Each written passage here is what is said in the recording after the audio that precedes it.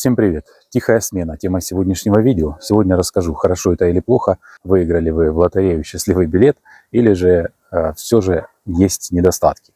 Бытует мнение у пчеловодов, особенно старой закалки. Многие рассказывают на просторах YouTube о том, что тихая смена – это очень качественные матки.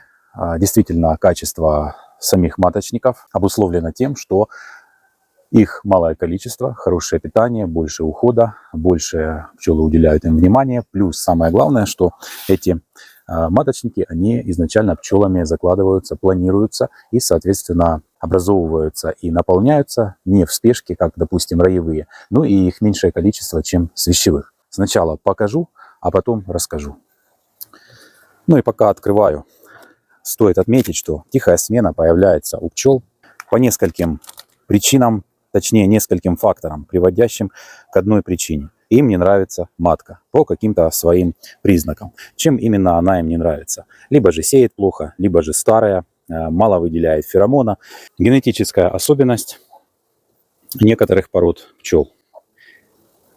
Сейчас посмотрим, как выглядит тихая смена. Очень много различных видео существует, которые называются тихая смена или роение, для того, чтобы изначально пчеловод мог отличить.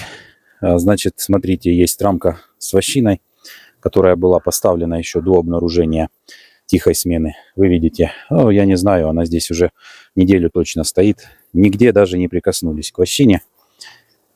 Абсолютно. Пчелы ее обсиживают, но они ее не отстраивают.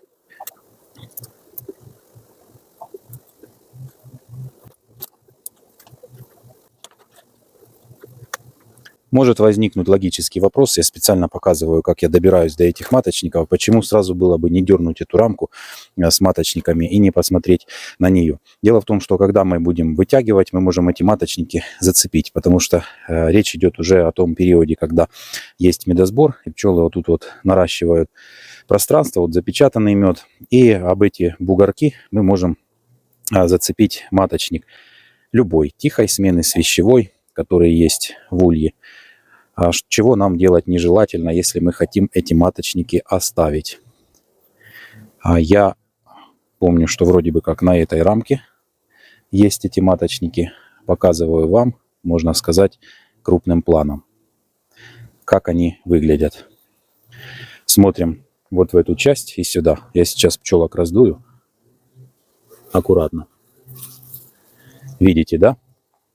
Два маточника висят, очень большие, крупные. И с этой стороны еще один. Вот в этой части. Очень длинный, обратите внимание, быстренько показываю. Довольно-таки большой носок висит. И сразу же прячу назад.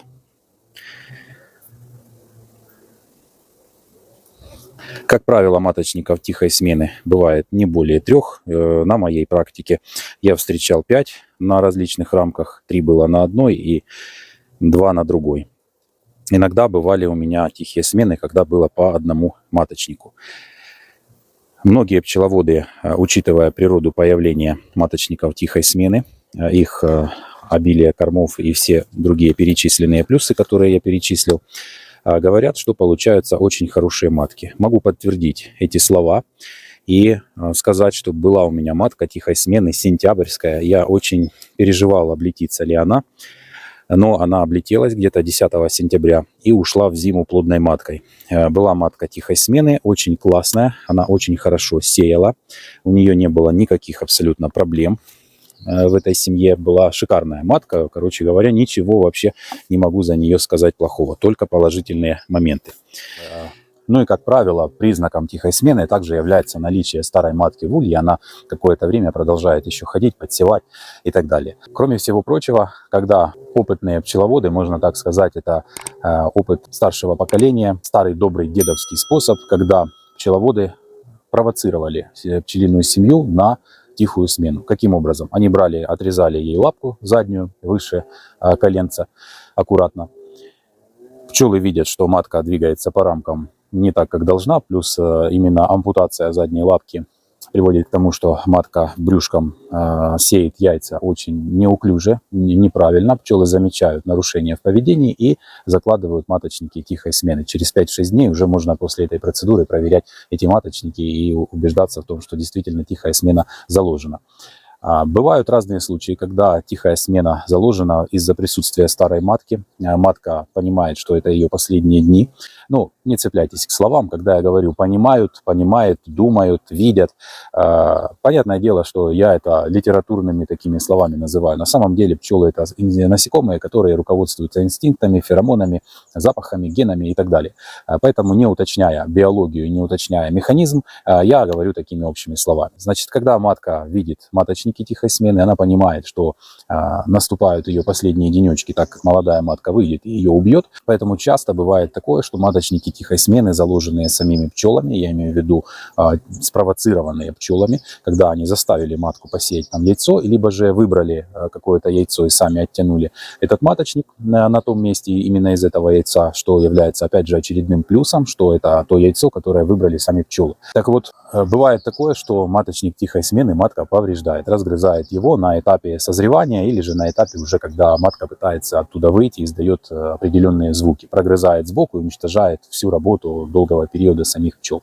Поэтому для защиты таких маточников существуют специальные колпачки, а также вы можете просто, уже видя, что маточники практически зрелые, сами удалить матку из улья. Каким способом, это уже вам решать, либо задавить, либо отсадить куда-то. Какие же все-таки существуют недостатки по тихой смене? Давайте поставим жирную точку в этом вопросе для того, чтобы взвесить все за и против. Вывод здесь очень простой.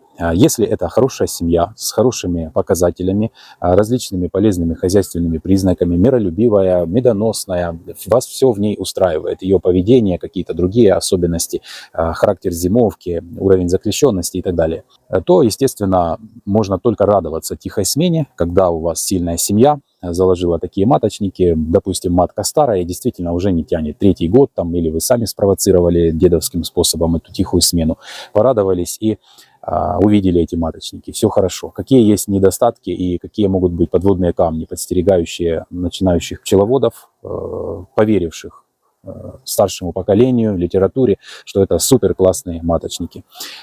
Первый момент, он перед вами. Вы видите, что я опираюсь на улей, в котором есть 12-рамочный корпус и 2 магазина полных пчелы, а также меда в том числе. И тот улей, который я вам показывал, вот он передо мной, это всего лишь гнездо. Я еще отставлял одну заставную, если обратили внимание. Пчела обсиживает 10 рамок, одна из них там вощина, на которой половинка пчел, да. То есть, по большому счету, мы можем всех пчел там уместить на 9 рамок. И это сегодня у нас с вами, друзья, 24 мая. Я эту семью не подкидывал ей расплод, ничего с ней не делал. Просто шел по пасеке, смотрю, вощина нужна, не нужна, не нужна, еще не развились. Оставил. И так немножко оставлял, а потом смотрю, пасека растет, магазин 2, полные корпуса, а здесь движухи нет. Я решил проверить, думаю, так а в чем же дело? Что ж с семьей-то не так? Может, думаю, просто убить матку, да куда-то отсадить. У меня есть запасные матки. Может быть, какая-то зароилась, сюда кинуть ее в изоляторе, поставить, пусть развивается. То есть вариантов очень много. При пересмотре увидел эти маточники тихой смены. Да, я с ними вел себя аккуратно, потому что не знаю, каким образом там получится, по маткам, не по маткам, то есть не стал их трогать. Разрушив эти маточники, если матки еще и в семье нет, такое тоже может быть. Либо она сама пропала, может, ей плохо с сердцем стало, условно говоря. То есть она могла даже погибнуть, потому что плохо сеяла, и вдруг эти маточники, и там я обращал внимание, что нет засева. Поэтому я их не трогаю, но действительно семья не показывает каких-то хороших характеристик. Мы делаем вывод, а какая будет дочка от этой матки, если мать была вот такая вот слабая. То есть уже генетическая информация, которая передается от матери, она в первую очередь имеет ряд недостатков. Перезимовать-то перезимовали, но развились очень и очень плохо. Значит, что-то было с маткой не так, какие-то были дефекты у этой матки. Это первый момент, касающийся материнской линии. Второй момент – это отцовская линия. Когда мы надеемся на свищевых маток, маток тихой смены, то есть тех маток, которые у нас облетятся здесь на месте, нужно всегда учитывать отцовскую линию, то есть трутовый фон. С каким трутнем она облетится и в какое время, в какой период это будет. Здесь тоже нужно учитывать ряд факторов и параметров. То есть это определенная рулетка, действительно лотерея, лотерейный билет. Может матка быть как исключительно отличная, так и не в дугу, как говорится. Поэтому вам решать. Тихую смену показал, объяснил все плюсы, минусы, чтобы вы и не сильно радовались, но и сильно не расстраивались. Поэтому, друзья, пользуйтесь этой информацией. Кому было полезно, поддерживайте комментариями, лайками. Спасибо большое за то, что смотрите, за ваши пожелания, обратную связь. Всем удачи, всем пока.